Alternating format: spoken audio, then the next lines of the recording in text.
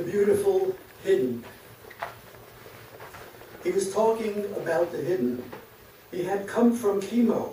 We sat in the car, facing straight ahead. He looked too tired to turn and face me. His friend had driven him and stopped to chat. His mind is pure. His house is a mess. He's a pain in the ass, she said. I take him every week. Wrapped, he faced front in the passenger seat, still as a mummy just out of the crypt, with all the time behind him staring at all that lay ahead. To see such zeal was not to envy it. It wasn't patience, more like practiced foreboding, which might foresee the unseeable, which could not be seen before it is, he said.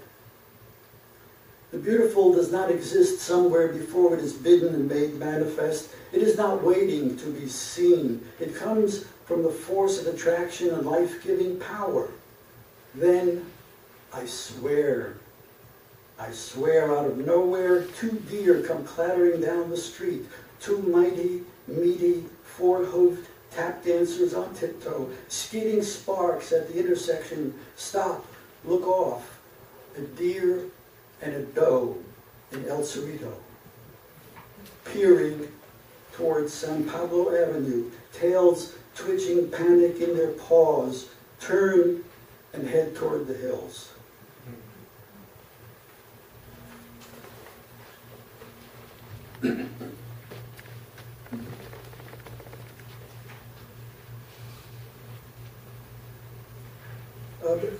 These are just numbered sections. They used to have titles, but it became too complicated. So I just gave them numbers, which kind of gave it a flatness and kind of an anonymity to the titles that I kind of like. Remember that line from his section 2?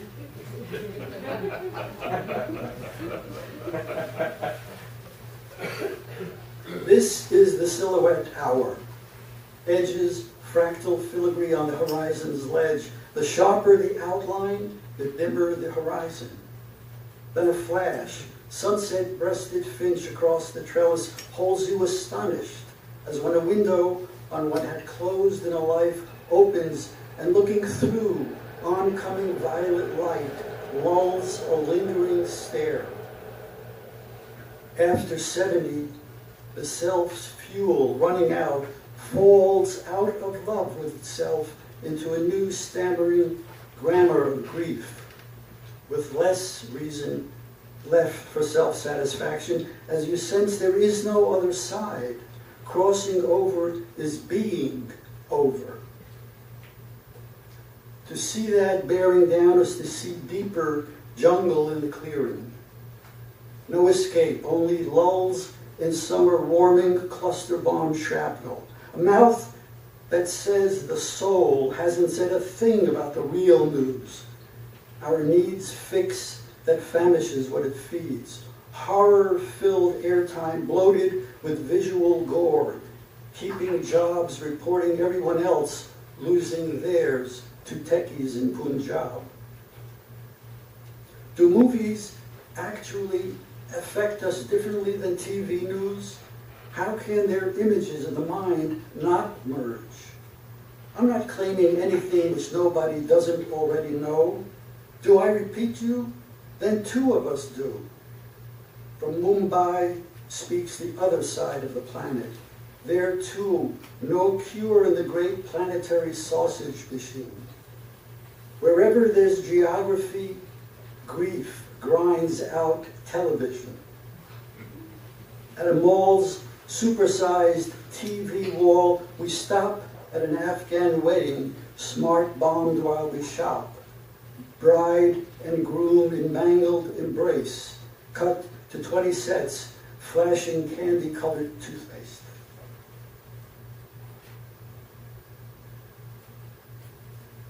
Hello, hello, I am returning the human phone call concerning being here, in a continuum passing in the near silent hum. Great! In sunlight, writing about sunlight.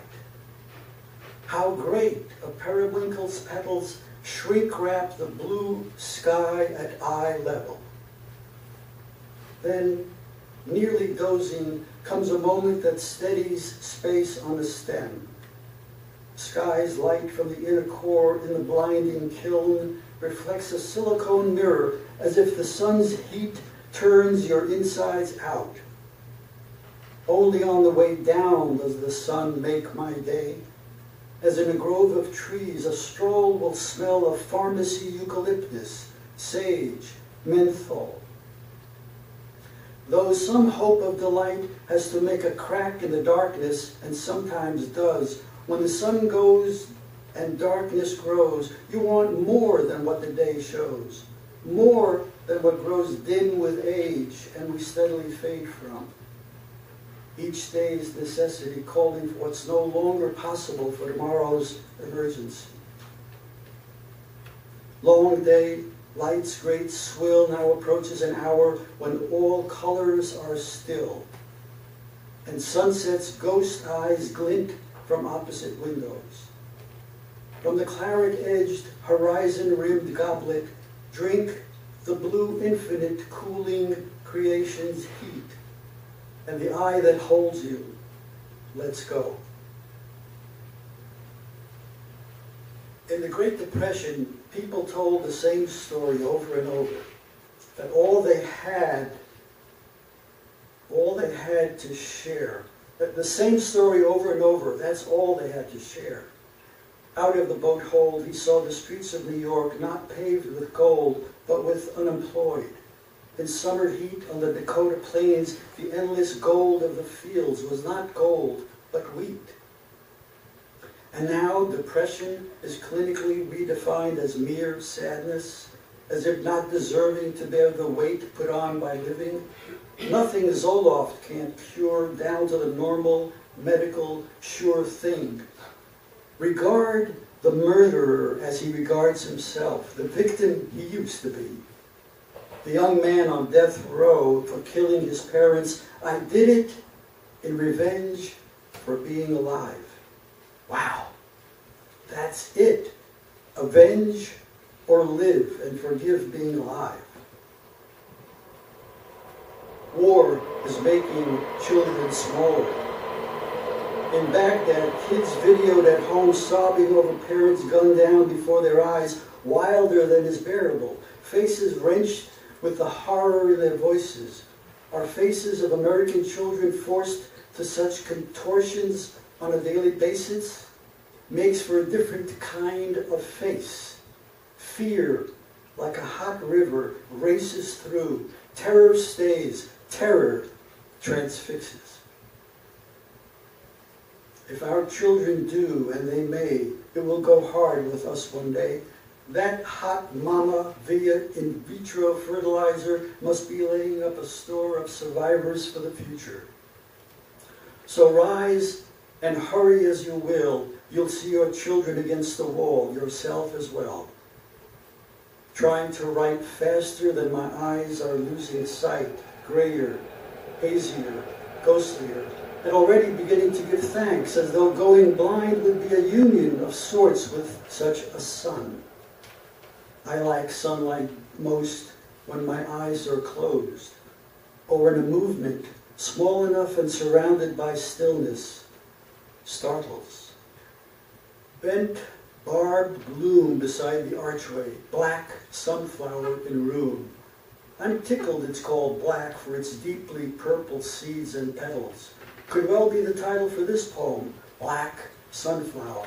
Words so at odds delight when they bind and interweave and make sunlight visible laughter from leaf to leaf, and the mini trampolines between tree limbs, silver-threaded pulsing mandalas on a breeze.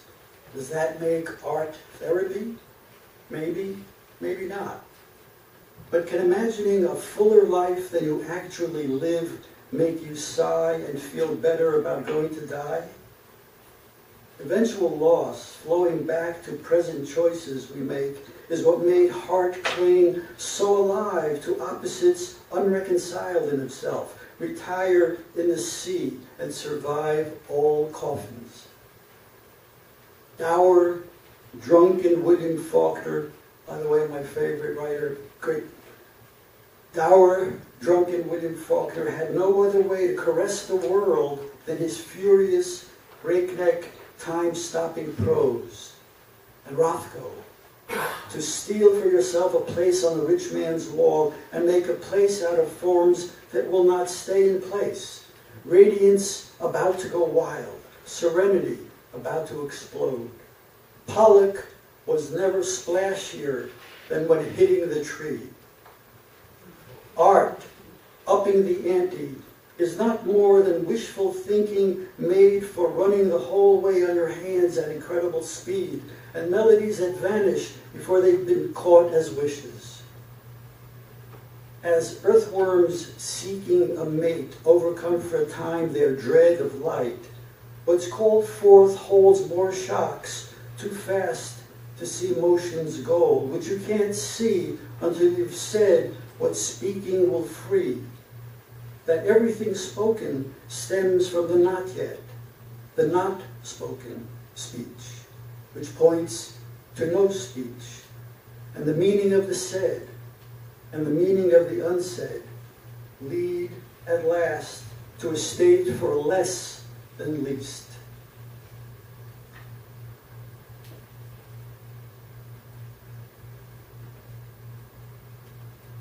Here's a narrative you won't find in the news. In my weekly call to Rini, I tell her lobsters in Maine used to cost $1. She answers, Mr. Used to died a long time ago. That was 10 years ago. The dead we remember as beams of light come into our life gathered in a lens, and we are that lens. In Mom's and Aunt Becky's eyes, Rini said near the end, a look told her in ways without word or signal, on the stairway of days you climb, there is no handrail, unlike us who have no need of hand, rail, or days. And when you call, we pay you no heed. I heed. They accelerate, faces sucked into the sky, speck, smudge, mote, and with them the world of sight and sound crossing gravity's barrier in a blur over the horizon arc, sinking in, erasing all outline but what sundown makes silhouettes of cut-out tin. And a light not only for eyes appears and weighs on us. Is there a presence in trees, shadows, creatures of those absent? Absence, our second world. With eyes barely brushed by what's left to see of those who are gone, they seem never to have been real, but, as we will be, dreamed. In the rushing waters of always one thing more, here come hummers unmasked for honey and pollen they suck like seed money, who must sip twice their weight each day to stay in flight, as September stretches thin between rising costs and stagnant wages at war with the gangrene of government given to market-driven mysticism. Weighed down by the money belt that did him in, Rimbaud in Africa hoped to learn and did, only too late. New money is a miracle drug, though not all cures possible. While the world works out on its treadmill of invasions and buyouts, the poor are left to tend their luck that lack of money lends. For them, hope falls between cracks in the boxed bricks of the calendar on the wall. Glut, not thrift, is what we had. Now a glut of thrift is what we've got to start a way out. The poor, as if a dollop of dollars from the rich could cure empty hands reaching in, craving even the curdled butterfat of heaven, as cries of the miserable are set like an instrument to the lips to complete a circuit. There's so much dying, still alive, so much to be extracted from the inner circle of the latest lucky lottery winner. Too little or too much money freezes me. For Christ's sake, Draw the string of the silk purse of keepsake, and in the measly stream of days grant a dirt floor for the coming migrants home, that the floor remains somehow firm. In the terrorism of money, where dollars are at stake, there is no democracy. We know those who govern are corrupt, since given the chance, we would be the same. As the enterprise veers towards its end, you have no heart to fake anymore, then you can outrun a toothache through which the world keeps in touch. My young Filipina dentist looks too small and frail to pull a flower, let alone a tooth.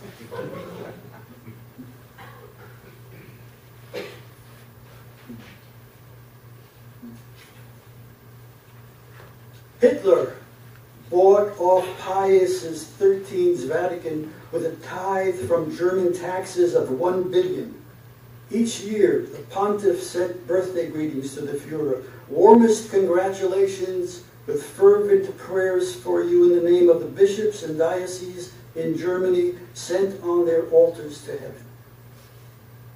The orchestra at Buchenwald, the French woman singing Tosca, fiddlers playing for their lives by an open trench, Robert Deneau reading good fortunes from the palms of Jews in line to the ovens.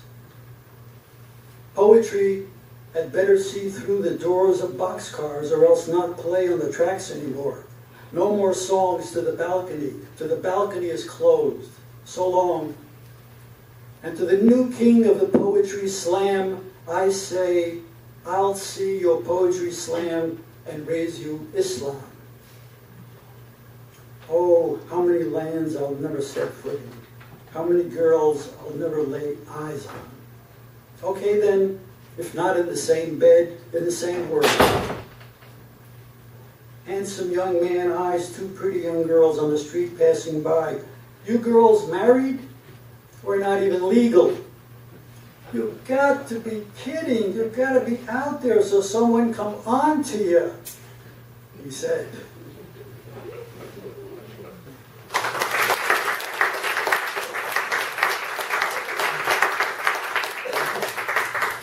Thanks, Jack. I know what you're talking about when you express reservations about other people talking about it. I'll read a few from this book called Night of Pure Breathing that came out a couple of years ago from Hanging Loose Press in New York. And I really like these guys at this press back there. They sent me some faux covers. It's called Night of Pure Breathing. And they sent me one that said, Night of Pure Breeding.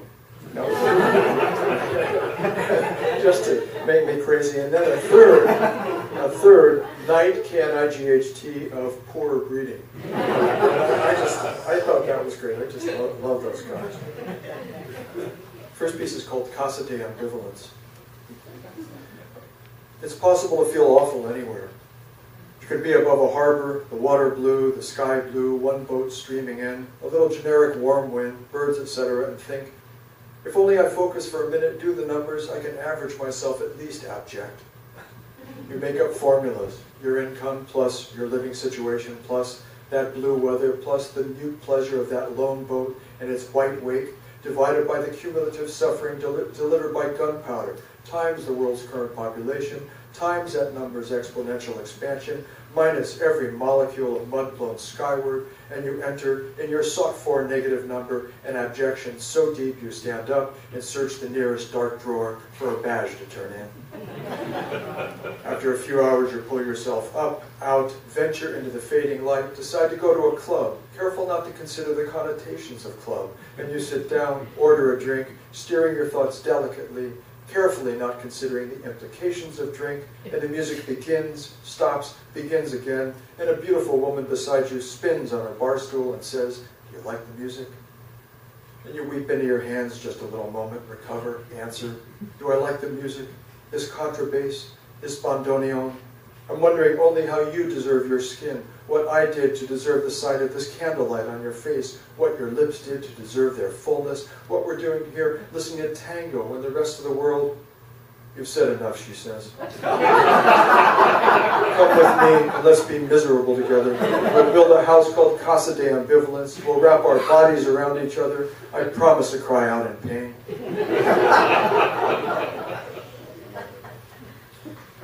Well, this piece has a little bit of a different tone to it. It's called The Adulteress, 1998.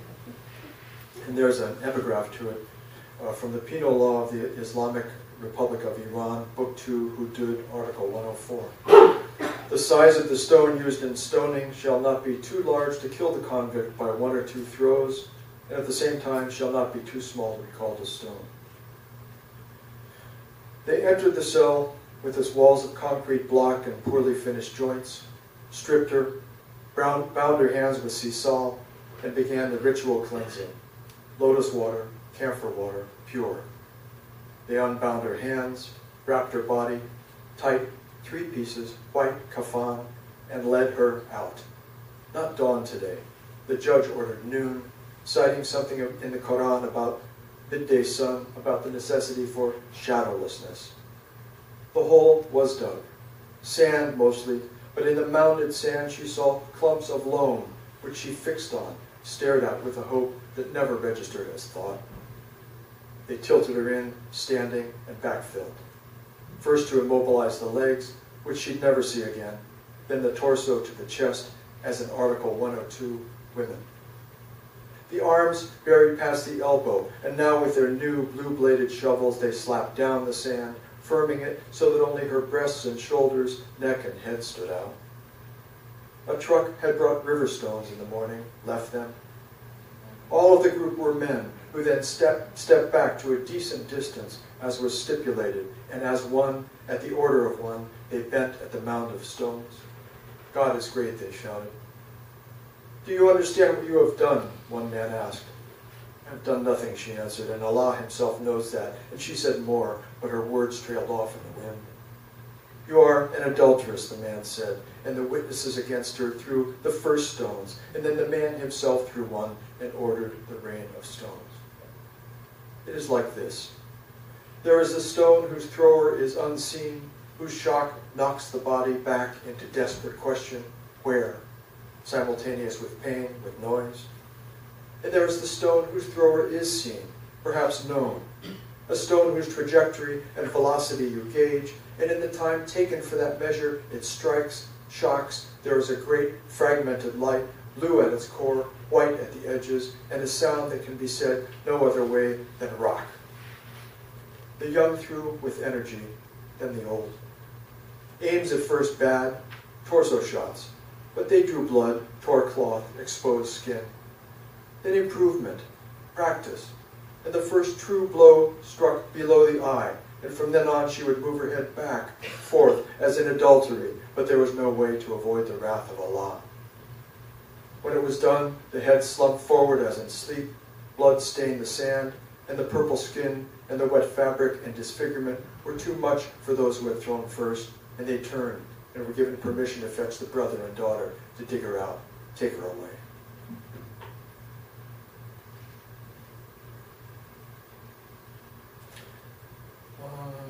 Here's a piece that maybe is a little lighter tone. Northern courtship, just a short lyric piece. It is said that on that far northern island, a boy and girl court each other by telling ghost stories. Flowers a rarity, but washed up bones insert it through that ancestry. I might have preferred it. No music nor sweet scent, no thrashing in the back seats of cars, only the wind, steady, and your voice telling permafrosted legends. The old icebone man who rides the bear, the murdered girl who runs with wolves, and the ghosts of our grandfathers, grandmothers, still lovers, hovering like chaperones when we draw near. Come closer, you would say. Scare me with your sudden voice. Tell the one about the boy with melting hands, and I'll tell you the one about the girl whose body melted them. You'll stay. I think that's it for that book. I'll read from the choreographer now put out by 16 Rivers Press last month, or no, in April, I guess. And this is a strange book. I'm considering them long prose poems because I hope to have infused them with some lyricism, at least some lyricism. And some of them are more like stories, some are more like parables, some are, I don't know what the hell they are, but it's just take a listen. This one's called No Man's Land. And I've always liked that motif, a very, very old motif, pre-biblical, I think, of the guest. I used to teach Sir Gawain and the Green Knight to my middle school kids. And that motif of the guest is very important there, okay, and how Gawain acts or doesn't act. Okay. But so I laid down a line and tried to see what I could do with it. And the first line is, the guest has decided to stay. He's called our house his country. And though we never told him we didn't believe in countries, he must have guessed it by the words we used. Jingoism, orderlessness. What a mistake it was to drink wine with him, say what was on our minds. He's planted a flag in the room we've let him sleep in. You went in to make his bed while he was out for a hike and saw it there. The flag's on a little metal stand on the table beside the bed, pale blue, and your face is on it. You came out and told me that. You were shaken, but not for the reasons I thought. You said it was the most beautiful photo of you you'd ever seen. It was as if he'd taken a picture of you on your bike as a child, speeding down Chestnut Grade in summer. Wind, you said. Free. Before you met me, you said. Long before you met me. But this picture on the flag was of you as a woman, and you didn't understand. Go look, you said. I went to look. You'd put a lily on his pillow. We can't ask him to leave now. You said he's claimed his territory. It doesn't seem unreasonable. The kids are gone. We hardly use that room, and he's charming, really, don't you think? I took my walking stick, I said, the one I cut from the old madrone, the one I carved to fit my own hand. Now he's out in the hills with it. I let him use it, you said. It rained so hard last night. The trails are slick, and there's a creek he'll have to leap across. You let him use my walking stick. And he needed a hat, so I let him use your hat. What else did you give him, I asked. I gave him a bucket to gather chanterelles. He said he wanted to saute chanterelles tonight. We'll eat the first ones fresh from the pan, and I told him, fine, we'll have that Bordeaux we put away. But he said he'd better taste it first to see if it's right. It must be just right. And he liked it, and we both had a bit of it. And you were out, so we would have given you some, but there's so little left in the bottle. I didn't know then about the flag, though. The flag is beautiful, don't you think? The flag is beautiful, I said. So you can see why I left the lily? I can see, I said. And you'll come down to dinner, dear, won't you? We're having chanterelles. He's showing me how to recognize chanterelles. How wonderful just to say their name, isn't it? Chanterelles, I said. He's sweet about this flag thing, this country thing, you said. We were standing in the kitchen drinking wine, and he said to me, I'll be the king and you'll be the queen, dilly dilly. Okay, I'll be the queen, I said. And he came over to me and he put his hands around my waist like this, and he said, the queen has her queenly duties. I shouldn't have liked it, I suppose, but I said, yes, the queen does have her queenly duties. And he said, this was a no man's land before, wasn't it? And now I claim it. Do you think this was a no man's land? Do you think so? No, he seemed a little nervous about the mountain lion on the ridge. Someone saw it again last week, so I gave him your pistol too.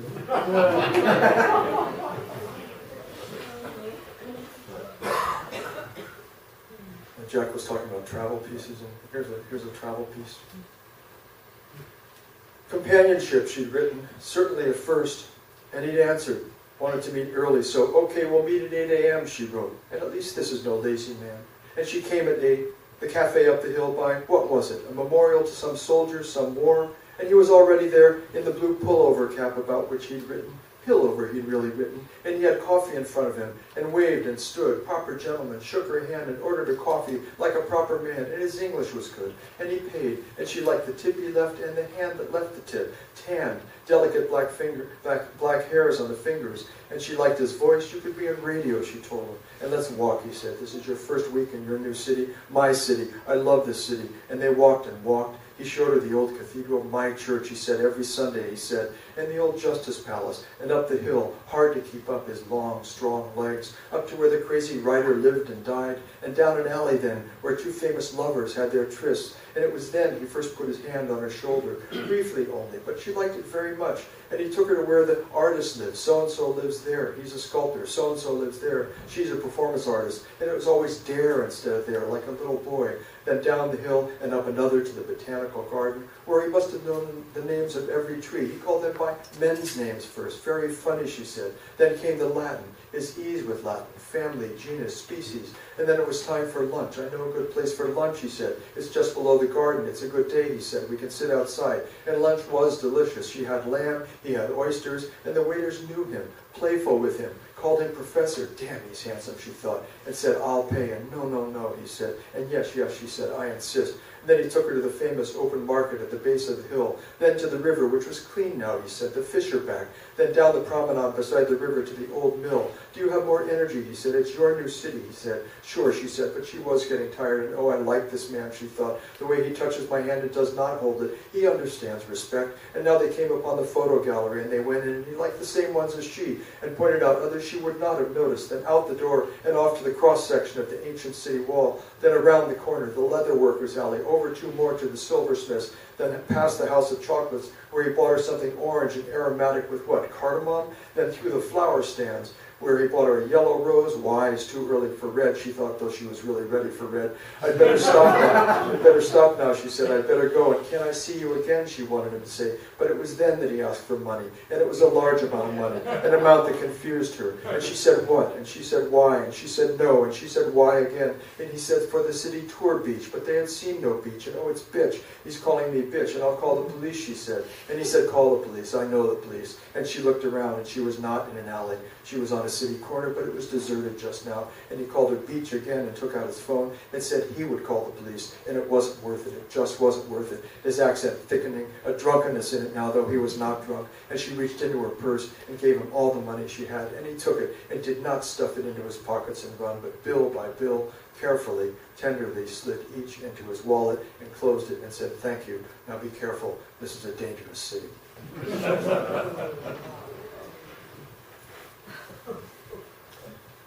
Let's see, that's the one. I think I'll just maybe read two more. And let's see.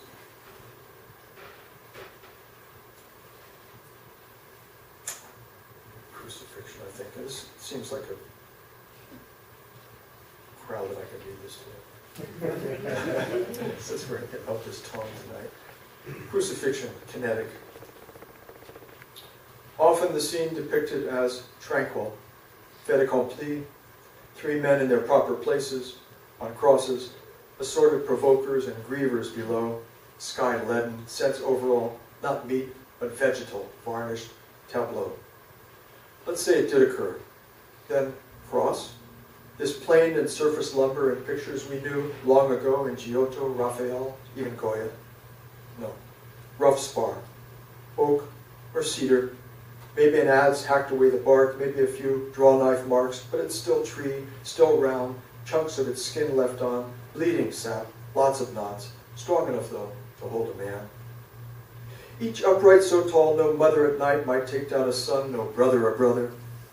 And the cross strut, surely not mortised, fit tight, square to its vertical other, but cruder stuff, hemp rope to lash the X together, coarse fiber, the cross strut at front, main beam behind, rope laps raising it farther, so that a man's deltoids and pectoralis majors are either racked backwards, spine arched out from the upright, or else his arms straight, pinned at wrists and elbows, thoracic vertebrae torqued inward, rolled, he's hunchbacked. The tying's done on the ground, of course. Crowd gathered round, a few protesting at first, most goading, quick-tempered, shouting, spinning to kick dogs, fighting underfoot. And of the three, do they exceed, span themselves over each cross? Not likely. Struggle, boots to the gut, the men blindsided, bare-knuckled, yanked down, faces struck and kicked, clothes ripped, and they're cursing, all three self-mucused and bloodied and pissed, pinned now at the wrists, ankles crossed and bound, 4 soldiers to a man, more rope, knives tossed to slice the hemp, and they're still now, fixed, the crowd cheering, yes, one of the men in the crowd with a heart on. Some few cursed the soldiers, their epithets kept under breath. 3 tall crosses, one by one, to be raised. Who dug these goddamn holes? Not deep enough. 1/3 the length of each pole. Who trained you fools? Your mothers? And the laborers, new men, bend again, 15 minutes work, their blades sheer rock, much complaint, the tied men still supine, new rubble beside the post holes, and now the call to raise.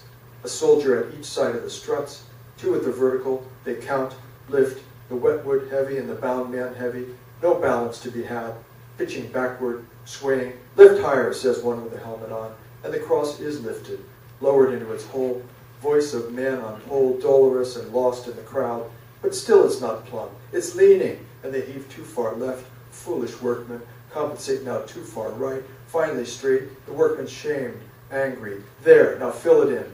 Shovelers packing rubble into the hole, slapping it with the back of their blades, the pole-holding soldiers still shouldering it, heroic poses in opposition to each other, more rubble, more soil, done. Next one. The second one plumbed, and now to the third man, still on the ground, bound, the one they were told to nail. The nails flat-shafted, pounded on an anvil, tapered black. The man's right wrist bound tight, one nail straight through the capitata. That's no pain, they say, you woman. Want nails in the tips of your fingers, now the left. The man's feet, wrong in literature and tableau, here crossed at the ankles, bound in hemp, loosed briefly so that each crossed foot can find a surface for nailing. Two men on their knees, each takes a foot, jerks it downward, works it around the side of the pole, nails it in. The cord tightened again. The man himself now, as if oiled, in sweat, in blood, in piss, and the noises he makes, animal noises, inhuman. He is raised, the sky's leaden, yes, the birds already circling, the soldiers folding their arms, well pleased. Okay. I'll finish with the title poem to the book, The Choreographer. At last he understood that all his life had been choreography for his funeral.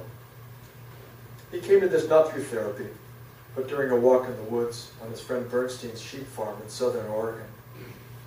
It was January. He'd been invited to spend the week.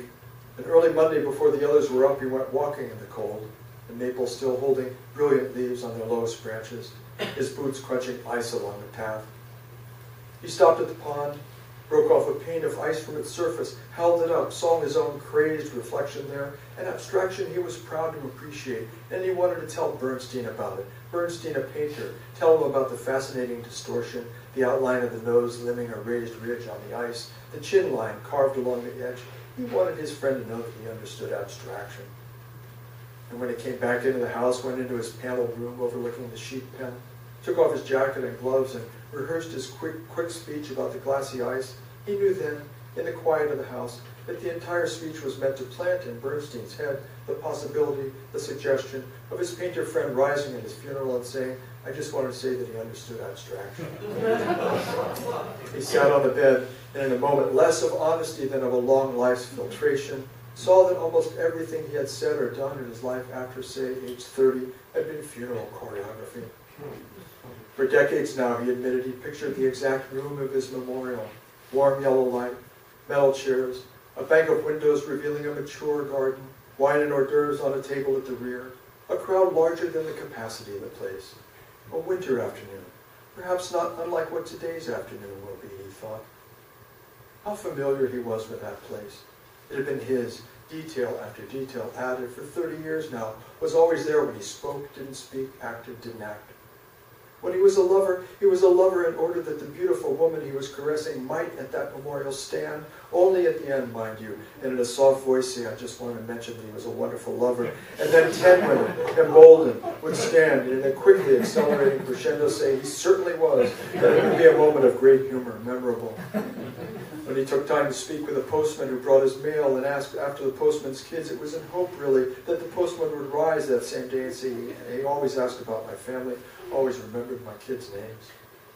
When he was a teacher, he taught not so much to share knowledge, but to assemble a legion of potential memorial goers, each of them standing to say, he taught me so much, and he was so important to me formatively, and the world will never be the same. And so it went. When he visited the sick, helped a neighbor change a transmission, bought season tickets to the symphony, studied the Ramayana, traveled to difficult places, all was toward memorial accolade. He brought tenderness to everything. He'd give you the shirt off his back. He was an underground scholar. He knew more about John Cage than most musicians I know. He could name the streets of Nairobi in his sleep. And of course, his friend Bernstein's abstraction comment, and his good wife, positioned at the side of the room, surrounded north, south, east, west, by his 4 kids, all of them laughing and weeping. He couldn't know, though, on this clear winter day in southern Oregon, that his memorial would be nothing like that. His wife would have arranged a simple service in the Presbyterian church. Word of his death would not have gone out widely, one of his sons having missed the deadline for the obituary. And there was a storm, brutal rain, dangerous driving. Family and extended family would come, but Bernstein would be in Hawaii, the postman long dead, students spread around the globe, most of them hearing of his death only months later, and no lovers, not one. Why would they have heard? A neighbor would rise to say he helped me change my transmission and I still have the scars to prove it, but the little joke would have gone over badly, sounding strangely bitter. But for this Monday morning, he was at peace with himself, the confidence of a choreographer just before opening night, certain that his dancers know their moves, that the stage is clean, the music cued, the lights just right, the understudies stretching for the wings.